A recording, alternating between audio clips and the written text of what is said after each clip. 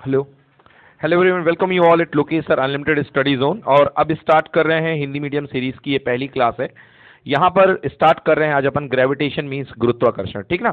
एकदम बेसिक से लेके एडवांस लेवल तक कोशिश करेंगे और मेन हमारा अप्रोच रहेगा कि हम न्यूमेरिकल पे थोड़ा ज़्यादा ध्यान से सीखें, न्यूमेरिकल को सीखें, ठीक है। तो सबसे पहला बेसिक लॉ जो है देखिए वो है लॉ ऑफ ग्रेविटेशन, जिसमें हमें पढ़ना है न्यूटन्स लॉ ऑफ ग्रेविटेशन में एफ जो होता है लगने वाला बल, F is proportional to m1 into m2 and f is inversely proportional to r का स्क्वायर। तो यहां यह समझने वाली बात है कि ये जो लॉ है, पहली चीज ये जो नियम है ये केवल कैसा है, अट्रैक्टिव है, ठीक है ना। अट्रैक्टिव मतलब आकर्षण प्रकृति का है, इसमें विकर्षण का कोई रोल नहीं है। जब भी हम बल की बात करते हैं तो हमें यह लगता है कि दो प्रकार के बल होने चाहिए, एक आकर्षण का एक विकर्षण का, परंतु ये केवल कैसा लॉ है, बोलो, आकर्षण का लॉ है ना। मतलब इसमें जो है रिपल्शन वाली कोई बात नहीं है, जो भी होना है इसमें, जो भी होना है अट्रैक्टिव ही आपको मिलेगा, ठीक ना। तो एक केवल आकर्षण प्रकृति का ये बल है। चलिए एक बात तो ये हो गई। दूसरा ये जो है यह इनवर्स स्क्वायर लॉ, कैसा लॉ है, ये जो चीजें मैं बताता जाऊं उसको आप लिखते जाइएगा, इन पर क्वेश्चन बनेंगे, है ना। दूसरा जो लॉ है ये है inverse square law. Inverse square law मतलब जो ये है इसको बोलते हैं हिंदी में व्युत्क्रम वर्ग का नियम, व्युत्क्रम वर्ग का नियम, ठीक है ना। तो व्युत्क्रम वर्ग का नियम मतलब ऐसा है कि जिंदगी में आपके सामने बहुत सारे नियम आने वाले हैं, जिंदगी में बहुत सारे नियम आने वाले हैं। तो कुछ नियम जो होंगे वो उनमें आर का स्क्वायर आपको नहीं मिलेगा, है ना। कुछ नियम में आपको आर का स्क्वायर नहीं मिलेगा, मतलब वो व्युत्क्रम वर्ग को फॉलो नहीं करेंगे, मगर कुछ नियम जो होंगे वो व्युत्क्रम वर्ग के नियम को फॉलो करेंगे, ठीक है ना। तो अलग अलग लॉ हमारे सामने आते जाएंगे, मिलते जाएंगे, तो व्युत्क्रम वर्ग का नियम है। तो क्या है भाई, देखो मतलब फोर्स जो है वो दोनों मास के प्रोडक्ट के प्रोपोर्शनल है। तो यहां से क्या लॉजिक मिल रहा है, एक बहुत तगड़ा लॉजिक मिल रहा है कि जो फोर्स है, लगने वाला जो बल है, कैसा बल, आकर्षण बल, दो पिंडों के बीच में लगने वाला आकर्षण बल, the attraction force acting between the two bodies, बेटा ये एक मास पे डिपेंड नहीं करता है, ये दोनों मास पे डिपेंड करता है, दोनों मास पे डिपेंड करता है, समझ गए ना। जैसे लोग ये कह देते हैं, ऐसा समझते हैं कि जो ग्रेविटेशन फोर्स होगा बहुत भारी बीचों के बीच में ज्यादा लगेगा और बहुत हल्की एक पिंड बहुत हल्का होगा तो बहुत कम लगेगा। बिल्कुल नहीं, ऐसा कुछ भी नहीं है। ये अब देखिए, एक पिंड बहुत भारी है, मान लो एक पिंड है 6000 किलोग्राम का, कितने किलोग्राम का, 6000 किलोग्राम का। और दूसरा जो पिंड है मान लो वो 0 किलोग्राम का है, मतलब है ही नहीं है कुछ, वैक्यूम है, क्या है, वैक्यूम, निर्वात है। तो तुम बोलो जहां पर गैस भी नहीं है, बोले उन दो के बीच में कितना बल लग रहा है, तो दोनों का मल्टीप्लाई करोगे तो आंसर कितना आएगा, 0। ले धारा रह गया तेरा। ये 6000 का कोई बात हुआ क्या, मतलब इस पे भी डिपेंड करेगा, समझ गए ना। मतलब अगर जो दोनों के प्रोडक्ट पे डिपेंड करेगा, अगर एक 0 हो जाएगा तो टोटल आंसर कितना आएगा, 0। समझ में आया। और ये देख रहे हो भाई, दूरी अगर बढ़ती गई तो बल क्या हो रहा है, कम हो रहा है, दूरी बढ़ रही तो बल क्या हो रहा है, कम हो रहा है। भैया एक बहुत जबरदस्त बात बता दूं, तो चलो थोड़ी सी ग्राफ की बात हो जाए। अब यहां पर ग्राफ की बात हो जाए तो F proportional to m1 into m2, जो बल होता है वो मास के प्रोडक्ट के प्रोपोर्शनल होता है, समानुपाती होता है। अब आर स्क्वायर के साथ चलो खेलते हैं, देखो भाई आ जाओ मैदान में, जेई के मैदान में उतरते हैं। तो F inversely proportional to R square. अब इस पर ग्राफ आएगा, गुरु ग्राफ क्या सिखाएगा, देखो इसका, ये मैंने बनाया, ये बनाया मैंने बल, और ये बनाया मैंने आर, क्या बनाया मैंने, आर। तो F का आर स्क्वायर के साथ वेरिएशन कैसे हो रहा है, बेटा आर स्क्वायर को अगर ऊपर तोड़ोगे, अगर आर स्क्वायर को ऊपर तोड़ोगे तो ये क्या है, आर की पावर है -2, क्या है, आर की पावर -2, मतलब डिक्रीज करेगा। और कैसा डिक्रीज करेगा, स्क्वायर, स्क्वायर का ग्राफ कैसा होता है, पैराबोला, कैसा होता है, पैराबोला। तो आपको डिक्रीजिंग पैराबोला लेकर के आना है, क्या लेकर के आना है, डिक्रीजिंग पैराबोला। तो लो भैया ये डिक्रीजिंग पैराबोला बन गया, समझ में आया, ये बन गया डिक्रीजिंग पैराबोला। तो ये एफ और आर के बीच का ग्राफ है, किसके बीच का ग्राफ है, समझ में आया, एफ और आर के बीच का ग्राफ। तो आपको क्वेश्चन आएगा कि बताइए एफ और आर के बीच का ग्राफ कैसा बनेगा, तो इसको बोलेंगे घटता हुआ पैराबोला या घटता हुआ परवल, डिक्रीजिंग पैराबोला, ठीक है ना। डिक्रीजिंग पैराबोला ग्राफ बन रहा है, ठीक है। चलो और खेल करते हैं थोड़ा सा। अगर मैं यहां पर आपको यह कहूं कि एफ और आर स्क्वायर के बीच का ग्राफ निकालिए, ये एफ है और यहां पर आर स्क्वायर है, तो f और r स्क्वायर के बीच का ग्राफ कैसा आएगा? क्या पैराबोला आएगा कि नहीं आएगा? देखो फर्क महसूस करो, क्वेश्चन पलट गया भाई, क्वेश्चन बदल गया। पहले क्या था? ग्राफ में r था, ग्राफ क्या था? r था। अब कौन है? मतलब मैं जो बदलाव देख रहा हूं मैं r के साथ नहीं देख रहा हूं, मैं बदलाव किसके साथ देख रहा हूं? r square. मतलब r स्क्वायर खुद में एक क्वांटिटी है, मतलब f is inversely proportional to r square का कोई नाम दे दो। मैंने नाम दे दिया r स्क्वायर, कर ले भाई पिंटू, तो r स्क्वायर का नाम क्या बन गया? p, p for Pintu. मतलब जो r स्क्वायर है, मुझे अब r स्क्वायर फील नहीं करना, मैंने इसको क्या फील करना है? p। क्या फील करना है? p। तो f inversely proportional to p, तो p की पावर यहां पे क्या है? 1 है। p की पावर क्या है? जब भी इनवर्सली में 1 प्रोपोर्शनल की पावर हो, इनवर्स में पावर 1 यानी ऊपर जाएगा, तो p की पावर कितना? -1। जब भी पावर, मतलब ये बहुत तेजी से घट रहा था क्योंकि r स्क्वायर थी, और ये कम से घट रहा है क्योंकि यहां पावर कितनी है? -1 है। वहां पहले पावर -2 थी और यहां पर पावर -1 है, मतलब ये स्लोली रेट चेंज हो रहा है। तो यहां पर जो कहलाएगा हमारे पास, इसको बोलते हैं हम आयताकार अतिपरवलय। क्या बोलते हैं हम? आयताकार अतिपरवलय। In English it is called rectangular hyperbola. क्या कहलाता है? Rectangular hyperbola. भाई फर्क क्या है? फर्क है छोटे बच्चों की खिसलपट्टी और बड़े बच्चों की खिसलपट्टी का। जो बड़े बच्चे होते हैं 10 साल वाले, वो थोड़े से समझदार हो जाते हैं, तो उनकी जो खिसलपट्टी होती है ना, वो ऐसी जाती है, बड़ी तेज वाली होती है। मगर छोटे वाले बच्चे जब नए नए खिसलना सीखते हैं तो उनकी बड़ी प्यार वाली खिसलपट्टी बनाई जाती है, हाँ या ना? तो देखो घट कौन तेजी से रहा है, पहला वाला कि दूसरा वाला? पहला वाला कि दूसरा वाला? अरे कैसे घट रहा भाई दूसरा वाला? खिसलपट्टी कौन सी तेज है, पहली वाली की दूसरी वाली? पहली वाली तेज है, तो जोर से घट रहा है ये, और दूसरा वाला कम है। मतलब ये क्या है? f is inversely proportional to क्या है? 1/p। समझ गए ना? मगर यहां पे स्केल काय का चल रहा था? r स्क्वायर का। समझ में आया? तो यहां पे स्केल किसका चल रहा था और यहां पर किसका? r का। समझ में आया? क्लियर हो गया ना? तो देखिए ये कहलाता आयताकार अतिपरवलय। क्या कहलाता है? आयताकार। और इसको बोलते हैं क्या? पैराबोला, परवलय। क्या कहलाता है ये? परवलय, द्विघातीय परवलय। समझ गए ना? मतलब स्क्वायरिक पैराबोला।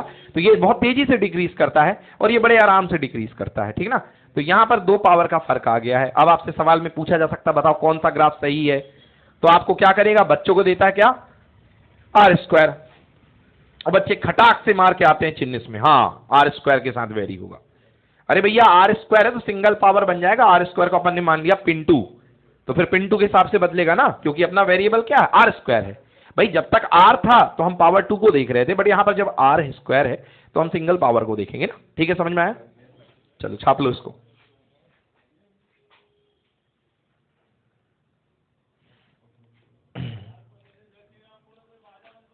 क्लियर? ये जो वाला पार्ट है, ये वाला पार्ट जो है परवलय है आपका, पैराबोला है, बिकॉज यहां पे r है, बस बदलने का जो नेचर है f is inversely proportional to r का स्क्वायर, बट हमने वेरिएबल सिंगल पावर दिया है, ठीक है ना? तो ये परवलय है, ये है आयताकार अतिपरवलय। जो आराम से चले वो आयताकार अतिपरवलय है।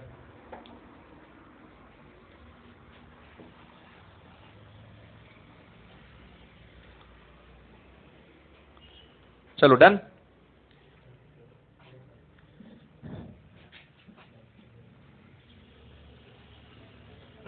चलिए सवाल तो एक तो बात हो गई भाई, अपन ने क्या सीख लिया? अपन ने सीखा f is equal to G m1, मतलब अभी तो अपन ने पहला जो किया था f proportional to m1 into m2 and f is inversely proportional to r का स्क्वायर। दोनों को मर्ज करने पर हमारे पास जो आ गया वो आ गया f is equal to G m1 m2 upon r square. समझ में आया? g यूनिवर्सल ग्रेविटेशनल कांस्टेंट है, सार्वत्रिक गुरुत्वाकर्षण नियतांक है, जिसकी वैल्यू किसी भी चीज पर निर्भर नहीं करती है, ब्रह्मांड के लिए पूरे सेम रहती है ना भाई? 6.67 इंटू 10 की पावर, हाँ 10 की पावर -11, यस 6.67 इंटू 10 की पावर -11, ठीक है? तो लिख लो, हाँ ठीक है, उसको तो यूनिट अपन बना लेंगे, वो तो बच्चों वाली बात है। 6.67 इंटू 10 की पावर -11, ठीक ना? ये हो जाएगा न्यूटन, ऊपर कूदेगा मीटर स्क्वायर पर किलोग्राम स्क्वायर, तो न्यूटन मीटर स्क्वायर पर किलोग्राम स्क्वायर। बोलो समझ में आया कि नहीं आया? mm नीचे आएगा, किलोग्राम स्क्वायर बन जाएगा, है ना? छोटी छोटी बात जल्दी करेंगे अपन, इनमें टाइम कम लगाएंगे जिससे ज्यादा बड़ी बड़ी चीजें सीख पाए। चलिए सीधे न्यूमेरिकल पे आते हैं, है ना? जो अपना फोकस न्यूमेरिकल है, डेरिवेशन तो अपन स्कूल में करते रहते हैं, न्यूमेरिकल्स पे देखेंगे जल्दी जल्दी। तो पहला सवाल देखते हैं भाई, पहला सवाल क्या कह रहा है? पहला सवाल लिखिए जल्दी से। अब देखो भाई, जब भी न्यूमेरिकल करो, जब भी क्वेश्चन करो, तो पूरा छापने की आदत मत डालो, ठीक है ना? पूरा छापने की आदत मत डालो, डिक्टेट करने की आदत डालो। काम टाइम बचाओ, स्पीड की बहुत रिक्वायरमेंट है दुनिया में आज के टाइम में, समझ गए ना? ज्ञान सबके पास है, अब स्पीड का जमाना आ गया है। समझ गए ना? हाँ, ज्ञान की कमी नहीं है, आप देख रहे हैं, है ना, यूट्यूब ज्ञान से भरा पड़ा हुआ है, मगर अब स्पीड का जमाना है ना? तो भाई अब स्पीड ये कह रही है, जैसे क्वेश्चन नंबर 1 आया आपके पास, केवल डिक्टेट करिए, कह रहा 2 पिंड जिनमें प्रत्येक का द्रव्यमान 10 किलोग्राम है। ओ मजा आ गया। m1 equal to m2 equal to कितने किलोग्राम? 10 किलोग्राम। मतलब फिजिक्स में सबसे पहले डेटा जितना दिया उसको सिस्टमेटिकली लिख लो। तो 2 पिंड जिसमें से प्रत्येक का द्रव्यमान 10 किलोग्राम है, देख लिया ना? एक बार लाइन सुन ली, नहीं आए तो बोलो भाई क्या बताओ, फिर से बताओ, है ना? एक दूसरे से 5 मीटर की दूरी पे रखे हुए हैं, बहुत बढ़िया। मतलब आर कितना दिया गया है? 5 मीटर की दूरी पे रखे हुए हैं। बताइए वे एक दूसरे को कितने बल से प्रतिकर्षित करेंगे? बताइए वे एक दूसरे को कितने बल से प्रतिकर्षित करेंगे? हाँ चलो करो भाई सॉल्व। बताइए वे एक दूसरे को कितने बल से प्रतिकर्षित करेंगे? ओके, तो मैंने यहां पर प्रतिकर्षित बोला, तो पहली चीज तो सवाल गलत है, तो आप मेरे को सुधारो कि सर प्रतिकर्षित तो करेंगे ही नहीं, है ना? हाँ बोलना था आपको कि सर ये आकर्षण बल होता है। क्या होता है? आकर्षण। प्रतिकर्षण तो होता ही नहीं भैया, तो जल्दी से आकर्षण कर लिया। अब आकर्षण बल का निकाल लो भाई, वैल्यू निकालो, है ना? तो F इज इक्वल टू होता वही formula Gm1m2 upon R square, Gm1m2 by R square. चलो सॉल्व करें। तो भाई F इक्वल टू G की वैल्यू रख दो 6.67, रखना हो रख दो, नहीं तो ना रखो, कोई दिक्कत नहीं है। 6.6 दी गई है, मत रखो, इंटू 10 की पावर -11, है ना? यूनिट छोड़ो उसकी। हाँ इधर क्या आएगा? m1 10 इंटू 10 और r का स्क्वायर सॉल्व कर दो, कितना? r 5 मीटर है। देखो भाई अगर मीटर दी है तो कुछ नहीं बदलना है, बट यदि सेंटीमीटर दी गई है तो सेंटीमीटर को मीटर में बदलना पड़ेगा। पता नहीं बात? क्योंकि फिजिक्स में सारा कार्यक्रम किसमें संपन्न होता है? एसआई यूनिट में। किसमें होता है? एसआई यूनिट में। तो आपको जो जितना कन्वर्जेशन है वो सारा आपको एसआई में लेकर के आना पड़ेगा। सो इसको कन्वर्ट करिए, 5 into 5 becomes 25। Okay, so answer कितना आ गया? 2.64 इंटू 10⁻⁻11। ओके, सॉल्व करो, पहले आप ही सॉल्व करो, मैं यहां पर नहीं सॉल्व करूंगा, आप ही सॉल्व करो। सॉल्व करने की आदत डालिए।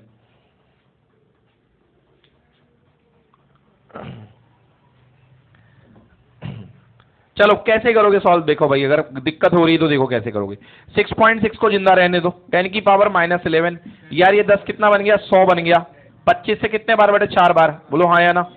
चलो अब 4 का मल्टीप्लाई, 4 6 4 से 24, 4 आया, 4 6 24, 2 आया, 24 और 25 26, यस और नो? चलो और डेसिमल कितने बार? एक बार। 26.4 इंटू 10 की पावर -11, आंसर क्या आएगा? न्यूटन बनेगा। ठीक है ना? इतना छोड़ के आ जाओ, इतना छोड़ के आ जाओ। बुक में -10 दिया है तो करना कुछ नहीं है भाई, 10 की पावर -11 का एक जीरो तोड़ दोगे तो 26.4 इंटू 10 की पावर -10 और एक जीरो नीचे आएगा तो बन के 10 बैठ जाएगा, हाँ या ना? बैठेगा नहीं बैठेगा? बैठेगा नहीं बैठेगा? तो एक जीरो बच गया। अब एक जीरो डेसिमल को क्या करेगा? पीछे खींच देगा, नहीं खींचेगा? तो क्या बन जाएगा? 22.64 इंटू 10 की पावर -10 न्यूटन। ये लो भाई 10 की पावर -10 न्यूटन, ठीक ना? वो भी सही है, वो भी सही है, बट क्या होता है ऑब्जेक्टिव में आपको ऑप्शन के हिसाब से आंसर देना पड़ता है ना, तो कन्वर्ट कर लेना भाई।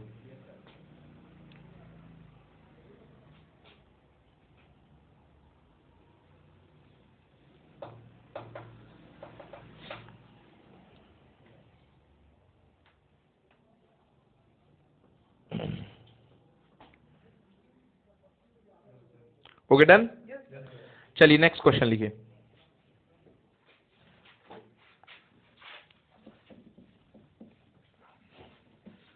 अगला क्वेश्चन है, पृथ्वी तल से कितना नीचे जाने पर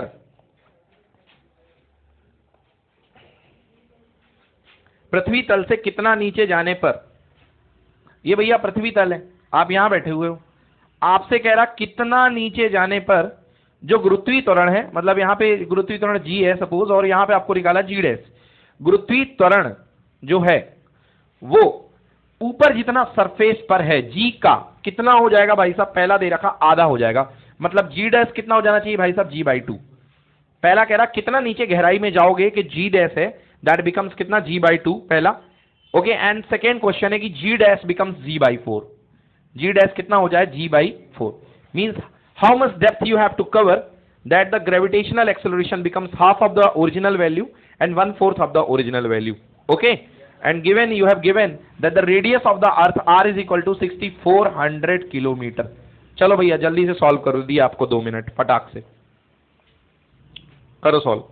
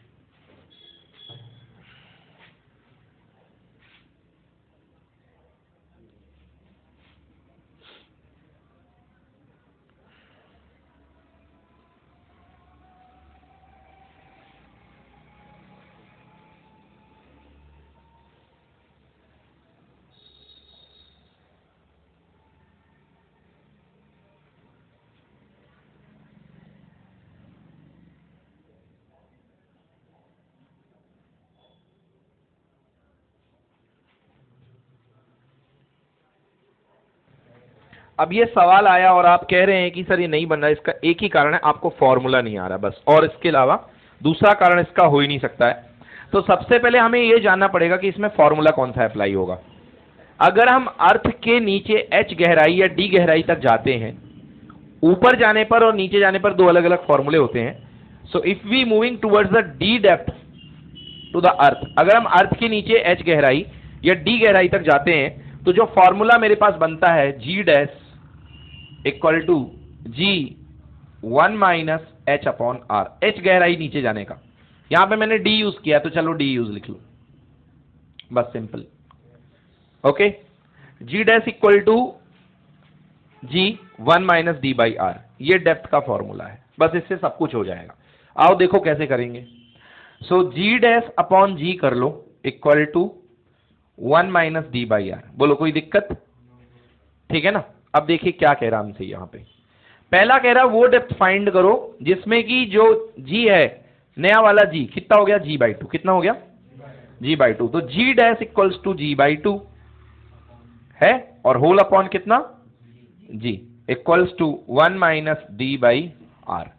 बोलो जी से जी क्या हो गया, कैंसिल, केवल कितना बच गया, 1 बाई 2 बचा ना, 2 नीचे आएगा ना, 1 by 2 equals to 1 minus D by R. Okay, अब डी बाई आर को इधर लेके आओ तो डी बाई आर प्लस में चला गया, एक में से आधा बचा तो क्या बचा, आधा। अरे 1 माइनस 1 बाई 2, दिमाग चलाओ भाई, है ना। अब कब तक पड़े रहोगे उसी चक्कर में, हाँ स्पीड बढ़ाओ। हाँ, डी इक्वल टू कितना हो गया बेटा, आर बाई 2। समझ में आया?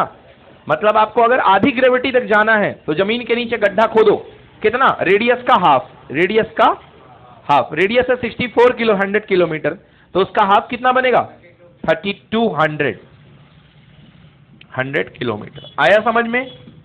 समझ में आ गया? तो आपको आधी जमीन खोद करके 3200 किलोमीटर नीचे आना पड़ेगा। अब चलिए देखते हैं, कह रहा जी बाई 4, जी बाई 4 मतलब और कम हो गया। मतलब देखिए पहले जी बाई 2 बोला था, जी बाई 2 मतलब 50% और जी बाई 4 मतलब कितना, 25%। तो क्या लग रहा, बोलो और बड़ा गड्ढा खोदना पड़ेगा कि नहीं खोदना पड़ेगा, और बड़ा गड्ढा खोदना पड़ेगा। अरे नीचे आने पर ग्रेविटी क्या होती, कम होती है। तो अभी तो मतलब r बाई 2 हुआ है, g बाई 2 हुआ था, अभी g का 50% हुआ है। अब तो कह रहा कितने परसेंट हो जाए, 25%। g बाई 4 कितने परसेंट होगा, हाँ या ना? तुम्हें क्लियर नहीं हो रहा क्या? g बाई 4 25% नहीं होगा क्या? 1 रुपए का चौथा हिस्सा 25% ही तो होता है ना। तो g बाई 4 आपको 25% करना है तो हाइट और बढ़ानी पड़ेगी। तो मॉरल ये है कि अगर एक ऑप्शन और हो तो नीचे वाला देखना, उसी को टिक मार देना। बोले 3200 के और बड़ा, वही आंसर आएगा। और पूरा सॉल्व करना है तो ले आ जाओ भाई, फिर से वही formula, G dash equal to G 1 minus कितना, डी बाई आर। तो जी डैश इक्वल टू कितना ले लिया, बोलो इस बार, G by 4 equal to G और 1 minus D by R. G से जी क्या हो गया, 1 by 4 equal to 1 minus D by R. Okay, so D by R को इधर लाइए, अब मन में ही कैलकुलेशन कर लो, बिकॉज यहां आना है 1 माइनस 1 बाई 4, 3 बाई 4, हाँ या ना। So it has become 3 by 4. So d by r become how much, 3 by 4. So now d becomes equals to 3r by 4. 3r by 4. Now place the value here. Just one second, sir. Place the value of r here. So 3 multiplied by r. R equals to 6400 divided by 4. It becomes how much? 1600. Okay. Now multiply 16 3 जा 4800. पहले कितना गड्ढा खोदा था, 3200। अब कितना खोद दिया, 4800 किलोमीटर, समझ गए ना? 4800 क्या चल रहा है? किलोमीटर, क्योंकि रेडियस जो है 6400 किलोमीटर में ली है। ठीक है, डन? चलो नोट करो जल्दी से इसको।